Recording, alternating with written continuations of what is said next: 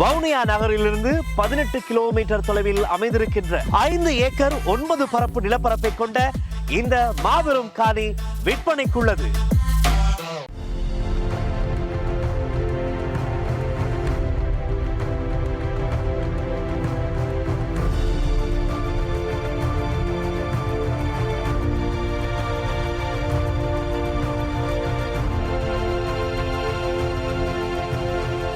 வணக்கம்.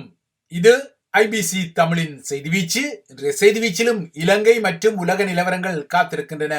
அமெரிக்க காங்கிரஸ் எனப்படும் அதன் நாடாளுமன்ற அவைகளின் கூட்டத்தொடரில் கடந்த செவ்வாயன்று உலகின் முதன்மை தலையாரியாக கருதப்படும் டொனால்ட் ட்ரம்ப் முதன்முறையாக உரையாற்றிக் கொண்ட போது உலகில் தான் நிலைநிறுத்த முயலும் அமெரிக்கா ஃபர்ஸ்ட் என்ற, அதாவது அமெரிக்காவுக்கு தான் முதலிடம் என்ற தனது கனவு நிறுத்தப்பட முடியாதது என குறிப்பிட்டிருந்தார். ஏறக்குறைய 1.25 மணி நேரமாக காங்கிரசின் கூட்டு அவையில் இடம்பெற்ற இந்த உரைதான் அமெரிக்க நாடாளுமன்ற அரங்கில் வழங்கப்பட்ட உரைகளில் மிக நீண்ட உரை என்ற பதிவையும் பெற்றுவிட்டது. ஆனால் ட்ரம்ப் வழங்கிய இந்த உரையில் சில பொய்கள் மற்றும் தவறான தகவல்கள் இருந்தமை வேறு விடயம். ஆனால் இப்போது 2.0 ட்ரம்பின் உரையில் வெளிப்பட்ட இவ்வாறான தவறான தகவல்கள் அல்லது பொய்கள் மீது இலங்கையர்கள் அதிகமாக ஆர்வப்பட்டுக் கொள்ள ஒன்றுமில்லை என்றாலும் 2.0 ட்ரம்பை பொறுத்தவரை தனது ஆட்சியில் அமெரிக்காவின் செல்வாக்கை உலக அரங்கின் சில இடங்களில் இன்னும் விரிவுபடுத்திக் கொள்ள அவர் விரும்பிக் கொள்வதற்கு ஏதுவான வியூகங்களும் திட்டங்களும் தெரிந்தன. அதே போலவே அமெரிக்கா உலகின் சில நாடுகளில் ஏற்கனவே கொண்டுள்ள பிடியை இனிமேல் கைவிடும் அறிகுறிகளையும் ட்ரம்ப் வெளிப்படுத்தியுள்ளார். அதாவது பனாமா கால்வாய், கிரீன்லாந்து, கனடா போன்ற நாடுகளில் அமெரிக்காவின் பிடி இறுகும் என்ற செய்தியை சொன்ன அதே ட்ரம்ப் தற்போது அமெரிக்காவின் கட்டுப்பாட்டில் உள்ள சில பகுதிகள் கைவிடப்படும் என்ற அறிகுறியையும் வெளிப்படுத்திக் கொண்டார். அமெரிக்காவில் இருந்தபடி 2.0 ட்ரம்ப் சுழற்றும் இவ்வாறான இருகருக்கு பட்டயத்தை நோக்கிக் கொண்டால் இலங்கை மீதான அமெரிக்காவின் ஆர்வம் இனிமேல் வளர்ந்து கொள்ளுமா இல்லை தேய்ந்து கொள்ளுமா என்ற விடயத்தில் இலங்கையர்கள் ஆர்வப்பட்டுக் கொண்டால் அதில் ஒரு நியாயமும் தர்க்கமும் இருக்கக்கூடும். ஒருவேளை அமெரிக்கா நேரடியாக இலங்கை மீதான பிடியை தளர்த்த விரும்பினால் தனது ப்ராக்சியாக அது கருதும் இந்திய பிரியனருக்கு அந்த இடத்தை வழங்கிக் கொள்ளுமா அல்லது இலங்கையில் இன்னும் தனது ஆளுமையை விரிவாக்கிக் கொள்ள முயலுமா என்ற தெரிவுகள் இலங்கையர்கள் ஆர்வப்படும் வகையில் இருக்கத்தான் செய்கின்றன. இந்த பின்னணியில் இன்னும் சரியாக 1 மாத காலத்தின் பின்னர் இதே நாளில் இலங்கைக்கான தனது பயணத்தை முடித்துக்கொண்டு ஏப்ரல் 6 அங்கிருந்து புறப்படக்கூடும் என எதிர்பார்க்கப்படும் இந்திய பிரியனரின் பிரதமர் நரேந்திர மோடியின் பயணத்தையும் சற்று ஏறெடுத்து பார்த்துக் கொள்ள முடியும். ஏப்ரல் 4 கொழும்புக்கு செல்லவுள்ள மோடிஜி 6ஆம் தேதி வரை இலங்கையில் தங்கியிருப்பார் என இந்திய ஊடகங்கள் குறிப்பிடுகின்றன. ஆனால் இதுவரை இந்தியாவாகட்டும் அல்லது ஸ்ரீலங்காவாகட்டும் இந்திய பிரதமரின் இலங்கை பயணத்தை அதிகாரபூர்வமாக உறுதிப்படுத்திக் கொள்ளவில்லை. எனினும் டெல்லியை தளமாக கொண்ட சில ஆங்கில ஊடகங்கள் இந்த செய்தியை வெளியிட்டுள்ளதால் சின்னத்தம்பி வீட்டுக்கான மோடிஜியின் பயணம் அநேகமாக ஏப்ரல் 4 முதல் ஏப்ரல் 6 வரை இடம்பெறலாம் எனவே பலமாக எதிர்பார்க்கப்படுகிறது. இதற்கும் அப்பால் ஸ்ரீலங்கா தலைநகரில் தற்போது பாதாள உலக கும்பல்களின் துப்பாக்கி ஓசைகள் அடிக்கடி கேட்கும் நிலையில் கொழும்பில் தமது பிரதமரின் பயணத்தை முன்னிறுத்தி வழங்க வேண்டிய விசேட பாதுகாப்புக்காக பெரியன்னர் வீட்டிலிருந்து புறப்பட்ட உயர்மட்ட பாதுகாப்பு குழு ஒன்று தற்போது கொழும்பில் நின்று மோடியின் இலங்கை பயணத்துக்கான பாதுகாப்பு ஏற்பாடுகள் குறித்து ஆய்வு செய்து வருவதாகவும் கூறப்படுகிறது. ஏப்ரல் 4 தாய்லாந்தில் இடம்பெறும் பிம்ஸ்டெக் உச்சி மாநாட்டுக்காக செல்லும் மோடிஜி தனது தாய்லாந்து பயணத்துடன் இலங்கை தீவையும் எட்டி பார்க்கும் வாய்ப்புகள் நிச்சயமாக உள்ளதாக டெல்லி செய்திகள் கூறிக்கொள்கின்றன. நரேந்திர மோடியை பொறுத்தவரை இந்திய பிரதமர் என்ற வகையில் அவருக்கு இலங்கை பயணம் ஒன்றும் புதியதல்ல. தமிழ் மக்கள் மீதான முள்ளிவாய்க்கால் பேரவலத்துக்கு பின்னர் 2015, 2017, 2019 ஆண்டுகளில் அவர் ஏற்கனவே இலங்கை தீவுக்கு திக்விஜயத்தை செய்திருக்கிறார். எனினும் இலங்கை தீவில் வாராது வந்த மாமணி ஆட்சி என்ற வகையில் ஏகேடிஆரின் திசைகாட்டி அரசாங்கம் ஆட்சி பொறுப்பை ஏற்ற பின்னர் இடம்பெறும் முதலாவது வெளிநாட்டு தலைவரின் பயணம் என்ற வகையில் மோடிஜியின் இலங்கை பயணம் கொஞ்சம் ஸ்பெஷலான பயணம். அதுவும் ஸ்ரீலங்காவின் முதன்மை தலையாரி ஏகேடிஆரை கடந்த டிசம்பர் மாதம் டெல்லிக்கு அழைத்து அவருக்கு செங்கம்பள விரிப்பு உட்பட்ட தடல் புடலான வரவேற்பை வழங்கிய இந்திய பிரியனர் ஏகேடிஆரை தட்டி கொடுத்து இலங்கைக்கு மீண்டும் திருப்பி அனுப்பிய நிலையில் இந்த பயணத்துக்கு பதிலாக மோடியின் பயணத்தில் இந்திய பெரியன்னர் வாஞ்சிக்கும் சில அவிர்ப்பாகங்களை கொழும்பும் வழங்கிக் கொள்ள வேண்டிய ஒரு தருணமாகவும் மோடியின் இலங்கை பயணம் அமையக்கூடும். மோடியின் இலங்கை பயணத்தின் போது ராமேஸ்வரத்துக்கும் தலைமன்னாருக்கும் இடையே புதியதொரு படகு சேவையை ஆரம்பிப்பது குறித்தும், அதேபோல இந்தியாவின் நாகப்பட்டினத்துக்கும் இலங்கையின் திருகோணமலைக்கும் இடையே கடல் படுகையில் எண்ணெய் விநியோக குழாய்களை பதிக்கும் திட்டங்களும், இதற்கும் அப்பால் 2 நாடுகளுக்கும் இடையே மின்சார கம்பிவடங்களை பதிக்கும் திட்டங்கள் எல்லாம் பேசப்பட உள்ளதாக தெரிகிறது. இலங்கையின் சக்தி வளத்துறையை மையப்படுத்தி இந்தியாவுக்கும் சீனாவுக்கும் இடையில் ஒரு பிரபலமான போட்டி இருப்பது நீங்கள் அறிந்த விடயம். இந்த போட்டியின் பின்னணியில் தான் அதானி குழுமத்தின் வெளியேற்றம் என்ற போக்குக்காட்டல் எல்லாம் அண்மையில் இடம்பெற்றது. வடக்கில் அதானி குழுமம் திட்டமிட்ட மின் உற்பத்தி திட்டங்களிலிருந்து அந்த குழுமம் வெளியேறும் என்ற போக்குக்காட்டல் ஏற்பட்டாலும், இந்த நகர்வால் ஏற்படக்கூடிய வெற்றிடத்தை சீன நிறுவனம் ஒன்று பிரதியீடு செய்வதை டெல்லி நிச்சயமாக விரும்பிக் கொள்ளாது என்பதால் நிச்சயமாகவே இந்திய பிரதமர் மோடியின் பயணத்தின் போது அதானியின் திட்டங்களை மீண்டும் பதியமிட வைக்கும் வகையிலான நகர்வுகள் இடம்பெறக்கூடும். இதற்கும் அப்பால் இலங்கையில் இன்னும் அதிகமாக்கிக் கொள்ள டெல்லி ஆர்வப்படுவதால் இலங்கையின் உல்லாச பயணத்துறையை மையப்படுத்திய புதிய போக்குவரத்து வழித்தடங்களும் இந்தியாவால் அதிகரிக்கப்பட்டு வருகின்றன. இந்த திட்டங்களின் அடிப்படையில் தான் ராமேஸ்வரத்துக்கும் தலைமன்னாருக்கும் இடையிலான பழைய பயணவழி பாதையும் புதுப்பிக்கப்பட உள்ளதாக தெரிகிறது. பாஜகவின் ஆட்சியில் ராமரை வாஞ்சிக்கும் வட இந்தியர்கள் அவர் இலங்கைக்கு சென்ற முனையான ராமேஸ்வரத்துக்கு சென்றால் அங்கிருந்து இலங்கை தீவையும் ஒருமுறை எட்டி பார்க்கும் வகையில் இந்த பயண வழித்தடம் மீண்டும் மீளுருவாக்கம் செய்யப்படுவது இங்கு குறிப்பிடத்தக்க ஒரு விடயம். ஏற்கனவே யாழ்ப்பாணத்தின் பலாலி விமான நிலையத்திலும் காங்கேசந்துறை துறைமுகத்திலும் இந்தியாவின் கடல் மற்றும் வான்கலங்களின் பிரசன்னம் அதிகரித்துள்ளமை குறிப்பிடத்தக்க ஒரு விடயம். ஏகேடிஆர் அரசாங்கத்தை பொறுத்தவரை அது என்னதான் சிஸ்டம் சேஞ்ச் குறித்து பேசிக்கொண்டாலும் இலங்கை தீவின் பொருளாதார நிலைமை பெரிதும் மேம்பட்டுக் கொள்ளும் வகையில் ஒரு உறுதியான சிஸ்டம் இன்னும் வரவில்லை என்பதை இந்த வாரம் IMF ஆகிய நாணய நிதியம் விடுத்த ஒரு எச்சரிக்கையும் பாராட்டு பத்திரங்களும் இருகருக்கு பட்டியமான செய்திகளை வழங்கியுள்ளன. இந்த ஆண்டு இலங்கையின் பொருளாதாரத்தில் சாதகமான முன்னேற்றங்களும் மீட்சிக்குரிய திசை வழியும் தெரியும் போதிலும் இலங்கையின் பொருளாதாரம் இன்னும் பலவீனமாக இருப்பதால் மேலும் நீண்டகால வளர்ச்சிக்கான சீர்திருத்த உந்துதலை கொழும்பு அதிகார மையம் தக்க வைத்துக் கொள்வது மிகவும் முக்கியமானது என்பதை அனைத்துலக நாணய நிதியத்திலிருந்து இலங்கைக்கான செயற்பாடுகளை கவனித்துக் கொள்ளும் உயர் முகமான பீட்டர் ப்ரூயர் தெரிவித்துள்ளார். இலங்கைக்கு நாணய நிதியம் உறுதியளித்த 48 மாத காலம் என்ற கால அளவை கொண்ட நிதியுதவி திட்டத்தின் 3ஆம் தவணை கடன் நிதி வெற்றிகரமாக வழங்கப்பட்டதான செய்தியை சொல்லியபடியே இந்த எச்சரிக்கையை நாணய நிதியத்தின் உயர் முகம் விடுத்தது. குறிப்பாக தாம் இலங்கைக்கு வழங்கிய அறிவுறுத்தல்கள் மற்றும் நியமங்களின் அடிப்படையில் கடந்த ஜனவரி மாத இறுதிக்குள் நிறைவேற்றப்பட்டிருக்க வேண்டிய பெரும்பாலான இலக்குகள் அந்த காலப்பகுதிக்குள் எட்டப்படவில்லை என்பதை ஒரு கவலையாக IMF குறிப்பிட்டது.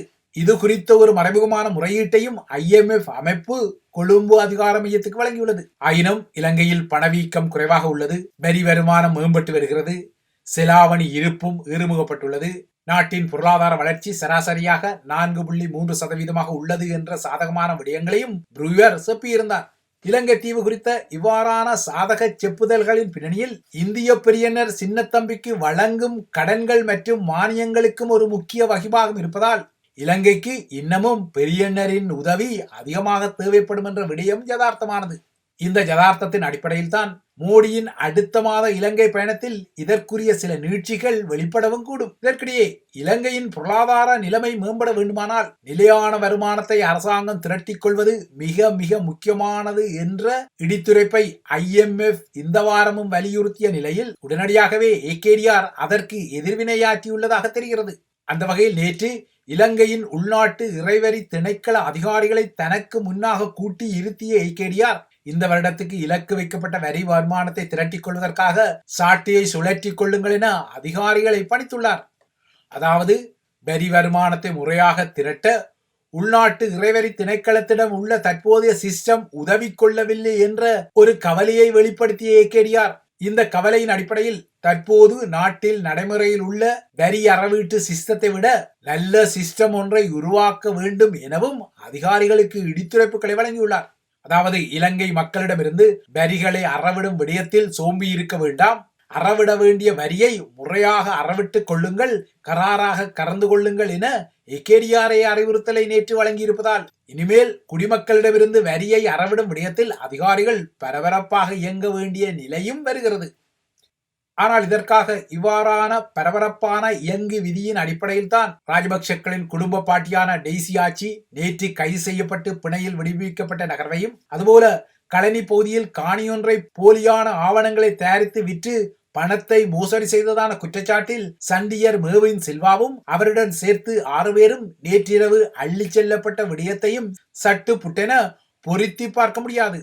தமிழர்கள் மீதான கொடும்போரில் ராஜபக்சக்களின் காலடியில் ஒரு அமைச்சராக இருந்தபடி சிங்கள இனத்தின் வீரையோ சூரியோவாக தன்னை சித்தரித்த இதே மேர்வின் சில்வா ஒரு கட்டத்தில் ராஜபக்சக்களை வறுத்தெடுக்கவும் தவறவில்லை.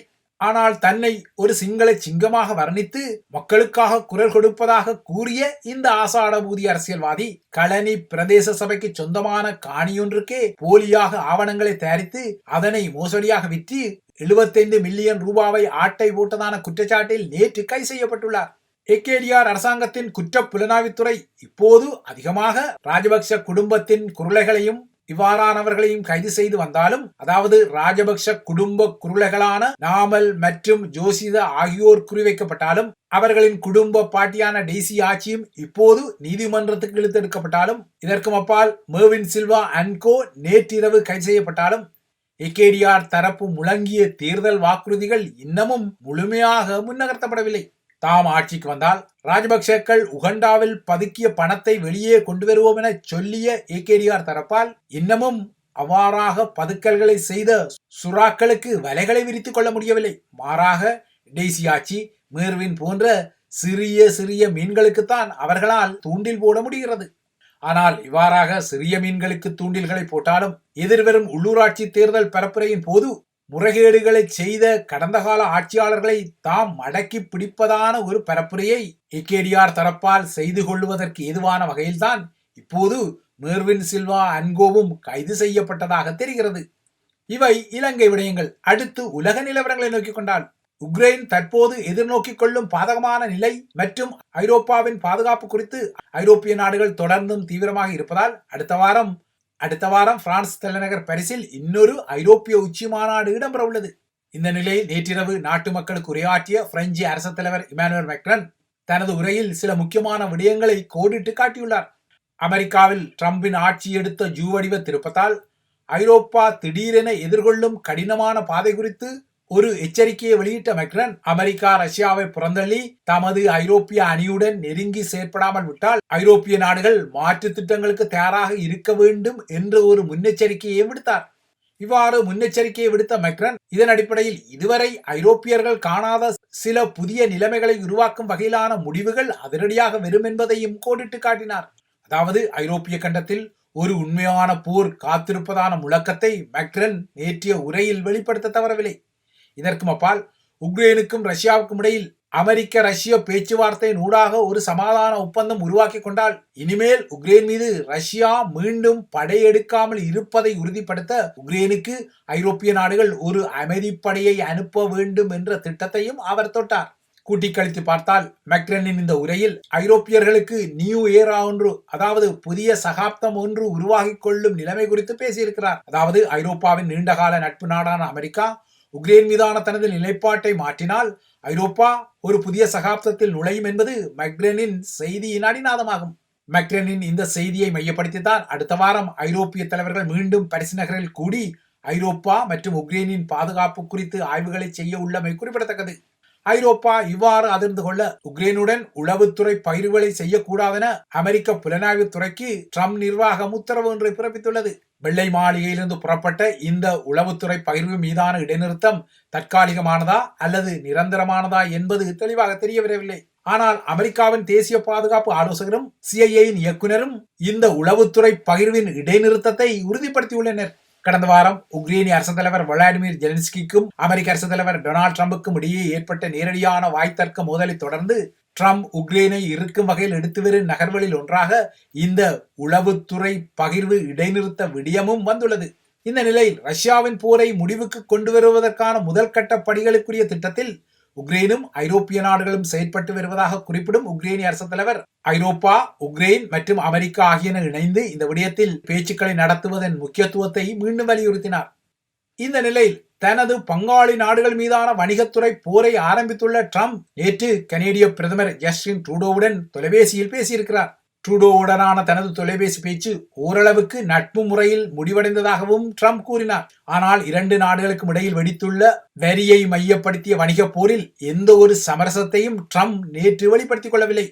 எனினும் கனடா மற்றும் மெக்சிகோ ஆகிய நாடுகளின் வாகன உற்பத்தியாளர்களை பாதிக்கும் வரிகளுக்கு மட்டும் அவர் 1 மாத விலக்கு அளிப்பதாக குறிப்பிடுகிறார். அமெரிக்க காங்கிரஸில் உரையாற்றிய ட்ரம்ப் பல தசாப்தங்களாக சில நாடுகள் அமெரிக்காவுக்கு எதிராக கடுமையான இறக்குமதி வரிகளை விதித்ததை சாடினார். இதனால் தற்போது அமெரிக்காவுக்காக ஒரு சந்தர்ப்பம் வந்துள்ளதால் அமெரிக்காவும் தனது தரப்பில் சில விடயங்களை நகர்த்தத்தான் வேண்டும் எனவும் அவர் கூறிக்கொண்டார். ஐரோப்பிய ஒன்றிய நாடுகள், சீனா, பிரேசில், இந்தியா, மெக்சிகோ, கனடா ஆகிய நாடுகளின் அமெரிக்க இறக்குமதிகள் மீதான வரி விதிப்பு முறையை ட்ரம்ப் சாடிக்கொண்டார். இந்தியாவும் அமெரிக்க வாகனங்களுக்கு 100% மேல் வரியை வசூலிப்பது நியாயமற்றது எனவும் ட்ரம்ப் கூறிக்கொண்டார். ட்ரம்பின் இந்த வரி விதிப்பு போர் குடியரசுக் கட்சியை பிளவுபடுத்தியுள்ளமைக்கு ஆதாரம் நேற்று காங்கிரஸ் அரங்கிலும் தெரிந்தது. ஏனென்றால் வரி அதிகரிப்பு குறித்த ட்ரம்பின் கருத்துக்களுக்கு குடியரசுக் கட்சியின் பெரும்பாலான உறுப்பினர்கள் கரவொலியை எழுப்பாமல் இருந்தவை இதனை ஆதாரப்படுத்தியது. ட்ரம்ப் உரையாற்றிக் கொண்ட போது எதிர்முகமான ஜனநாயக கட்சி உறுப்பினர்கள் ட்ரம்ப் பொய் சொல்வதான பதாதைகளை உயர்த்து பிடித்து போராடியிருந்தனர். ட்ரம்ப் நாடாளுமன்ற கூட்டு அவையில் தனது உரையை தொடங்கிய 5 நிமிடங்களுக்குள் அவரை ஏளனம் செய்து இடையூறுகளை விளைவிக்க முயன்ற டெக்சாஸை சேர்ந்த ஜனநாயக கட்சி உறுப்பினரான அல் கிரீன் காங்கிரசின் அவை காவலர்களால் நாடாளுமன்ற அவையில் இருந்து வெளியேற்றப்பட்டார். ஜனநாயக கட்சியைச் சேர்ந்த பல பெண் உறுப்பினர்களும் தமது எதிர்ப்பை தெரிவிக்கும் வகையில் இளஞ்சிவப்பு உடைகளை அணிந்து இந்த கூட்டத்தில் பங்கேற்றனர். அவர்களில் சிலர் எதிர்த்து நில் என பொருள் படும்படி ரெசிஸ்ட் என்ற வார்த்தையை தங்களது மேலங்கியின் பின்பக்கம் பொறுத்திருந்தமை குறிப்பிடத்தக்கது. ஜனநாயக கட்சி எதிர்ப்பாளர்களை மகிழ்விக்க தான் சொல்லக்கூடியது எதுவுமே இல்லை என ஊழல் செய்தார்.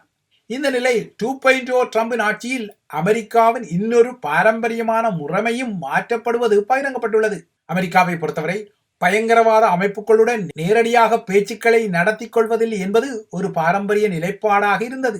அமெரிக்கா பயங்கரவாத அமைப்புகளுடன் இதுவரை அமெரிக்கா தனது அனுசரணை நாடுகள் ஊடாகவே பேசி வந்த நிலையில் தற்போது ட்ரம்பின் நிர்வாகம் அதனையும் மாற்ற தலைப்படுகின்றது.